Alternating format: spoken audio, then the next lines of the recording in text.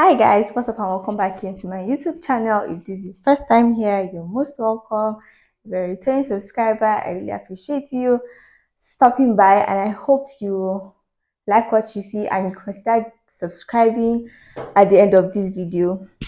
On this channel, I film about faith, relationship, beauty, and lifestyle.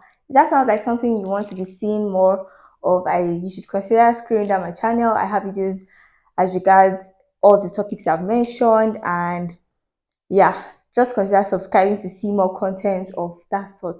Without further ado, let's just get into the business of today. So guys, I'm going to be talking on a particular topic. I want to make sure this mic is.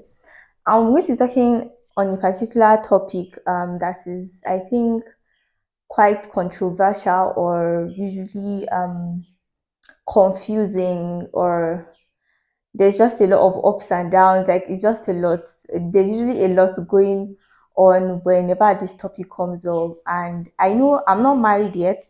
Yeah, I'm not married yet, but I'm just here to like air out my views on what I feel like is the ideal thing to do or what it actually is, which I have actually come to realize that this is actually the case about this thing that I'm about to say. So if you're interested in listening to what I have to say, please consider watching this video to the end. And if you agree with what I'm about to say, just tell me in the comment section. If you don't agree, you can actually just tell me in the comment section too. Let's rub minds together and just forge ahead.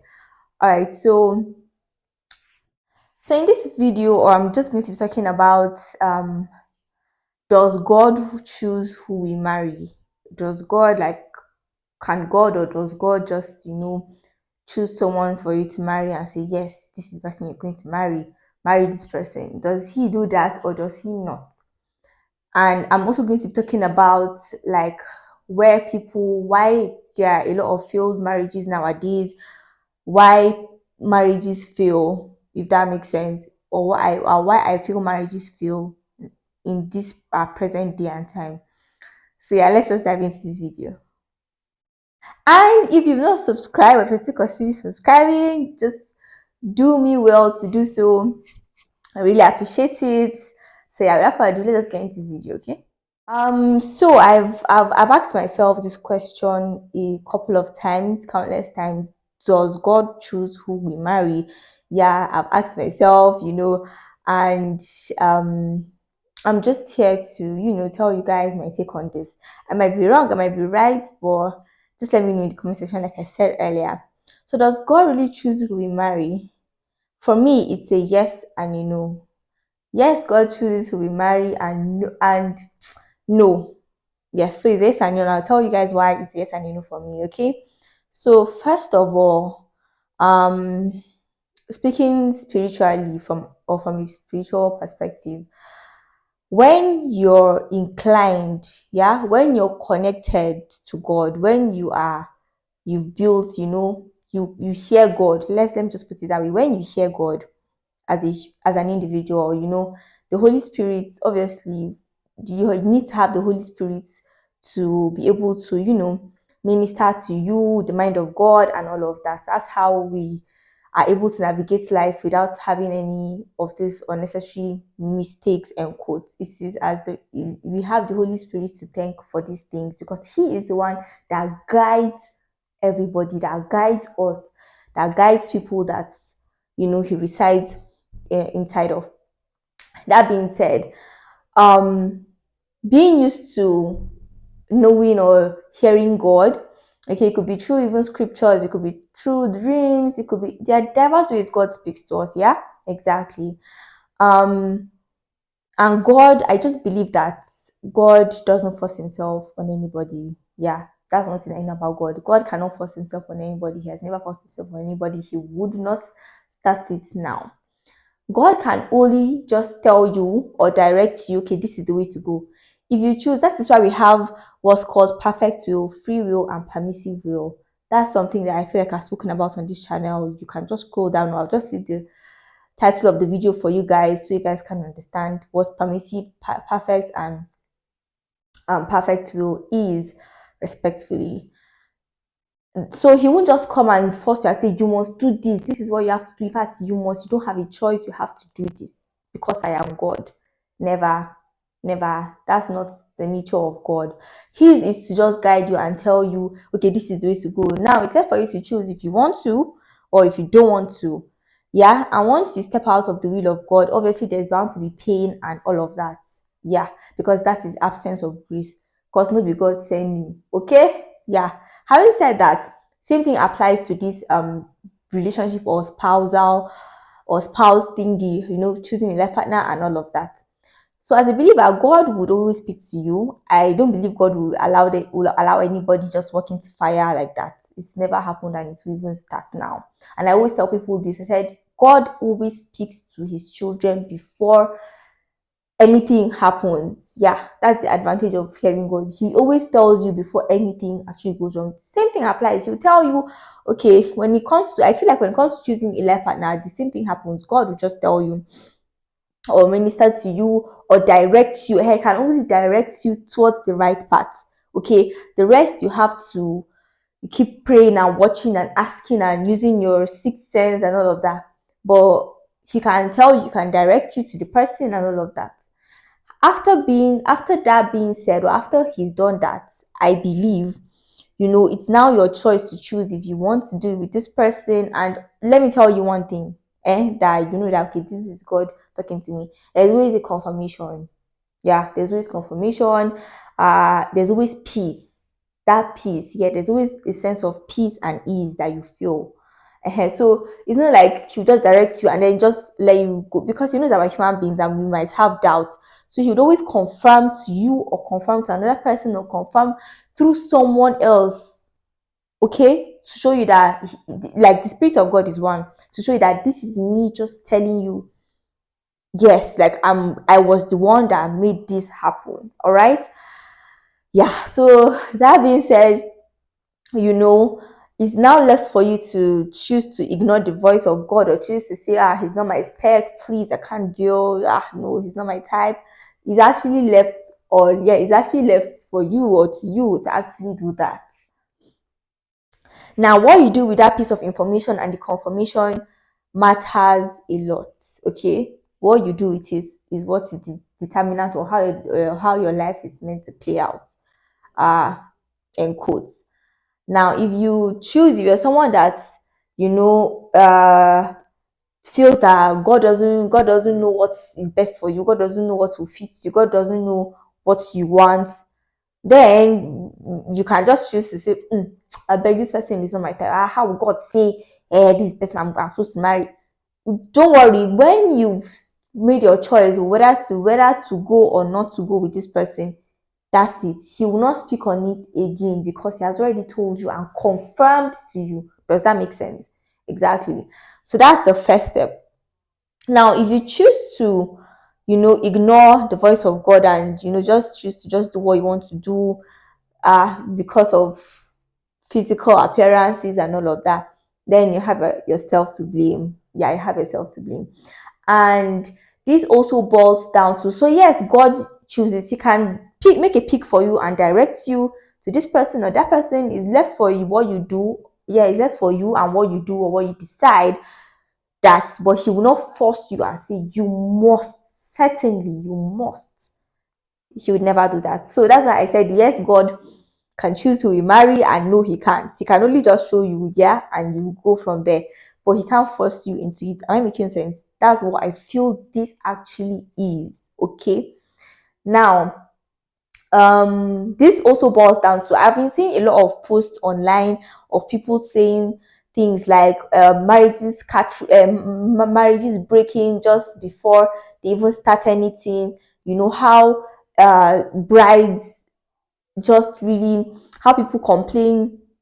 I saw a story on Instagram of how this man got married. Yeah, I think it was on his wedding day or something. Um, the wife, the something happened. It was about food actually, and guests were coming, and then the bride asked them to keep a specific portion of food for her friends, maybe her family or something. I think it was her family or something like that, of that sort. And then The groom's mom comes because guests were coming. I know there's some kind of guests I cannot just tell, no food, or they can't just come and then they'll just come and go like that. You have to actually just try your best to see that they get something, no matter how small. So she goes to ask this girl, please, I heard you said they should keep zoo food for you. We have guests coming in, and these guests are important people. Please and please, can I take out of the food that you requested to be kept for you? This girl goes, no. And then the mom goes, please, like she just kept on pleading, please, can you, please, please, please. This girl said, Ali Kashita, no, exactly. So the mother now, the groom's mom now went and told her that they should give her the food that she wants to give guests. Because how can you just begging someone and someone is not even trying to see or say or empathize with you, yeah? So they gave her the food, and then when the bride found out, she slapped Abby, she said something to the mother or something, to the mother-in-law or something, and then the mother slapped her, and then she slapped the mother back. It was crazy. The guy said he didn't know, he's never been so humiliated in his life. There was one again that happened just 6 months after the marriage, or even less, or something like that. They had a misunderstanding, and she had anger issues and all of that. And then she tore their marriage certificate and did some some really crazy stuff. Yeah, she just went berserk. It was that crazy. And the guy was like, he doesn't know what to do. He would have not married a bee. He said something along the lines of that. And in my head, I'm like, sir, what do you mean? Sir, how do you mean? Because I don't feel like you as a human being, God will see you walk into fire and then he will just let you go without a warning. Nah, God is too merciful to do such a thing. There's always a warning. Now, it's only if you refuse to heed to the warning that you'd actually get burnt. Am I making sense? So nobody can come and tell me that God will see you walk into fire and then he'll just leave you. Like I've had people come to my DMs to tell me that you can only know someone so much until you start living with the person. I said no, no. These things are characters. It's a person's character. It is what makes the person. Let me tell you, even if God doesn't warn you, how long can a human being actually pretend for? There will come a time where you unknowingly just display something, and then that should be a sign that should tell you, okay, you should either go or take to your heels. You get, and then you just chose to ignore the signs. So how is it that you're saying I did not know? You must live with the person to know the person so well. I don't believe in that.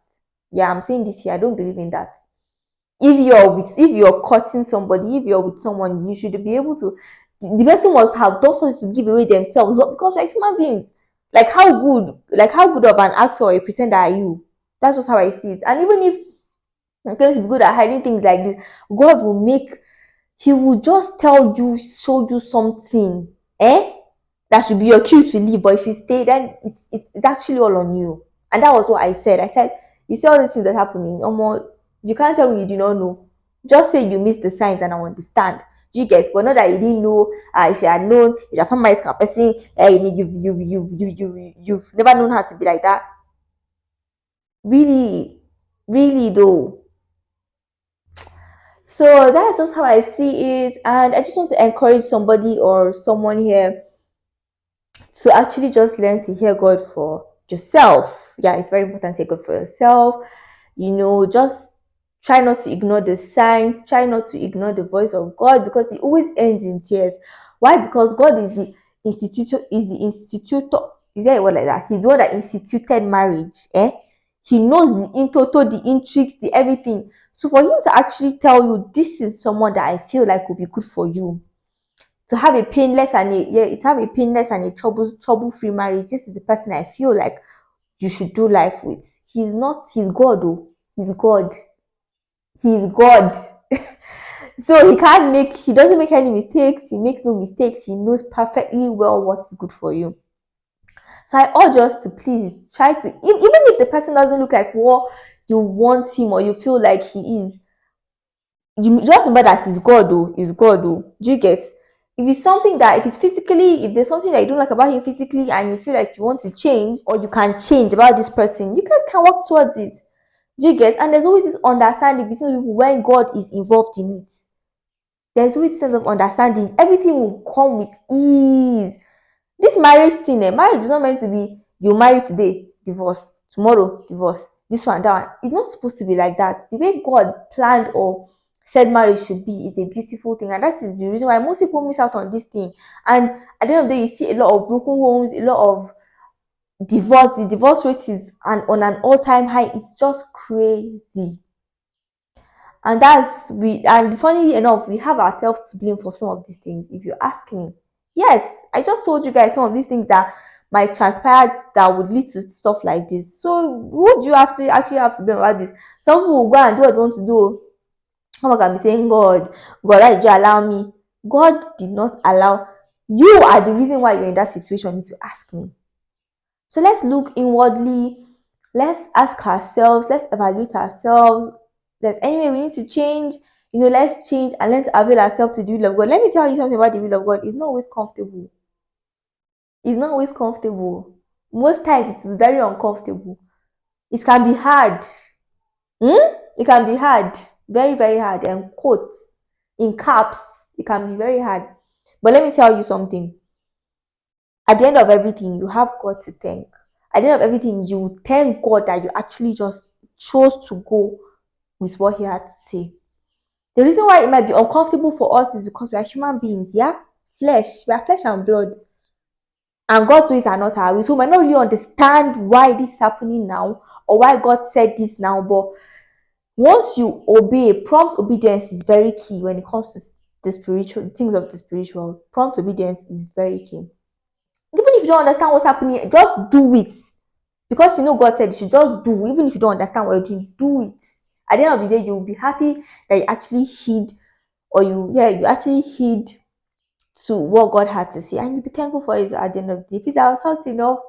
I've spoken enough about this. I hope you guys understand where I'm coming from, and I hope I've helped to clear the air somehow or some way. I pray and I hope that I've put someone out of their misery of wondering or doubting. If you want to talk further on these things, you can always message me on Instagram, or leave my handle on the screen or down here, either up here or down here, so you guys can send me DM and let's talk further. A problem shared is a problem half solved. Yeah, exactly. It's better you talk about it and probably get your solution than for it to die in silence. That said, I've come to the end of this video. If you watch up to this point, I really appreciate you. Thank you guys for watching and sticking around. Please consider consider subscribing. Your likes are important. Thank you. Your likes are very important. What is like? You guys remember, even if you don't know what like is, you guys, if you look down below, you'd see an icon with the thumbs up.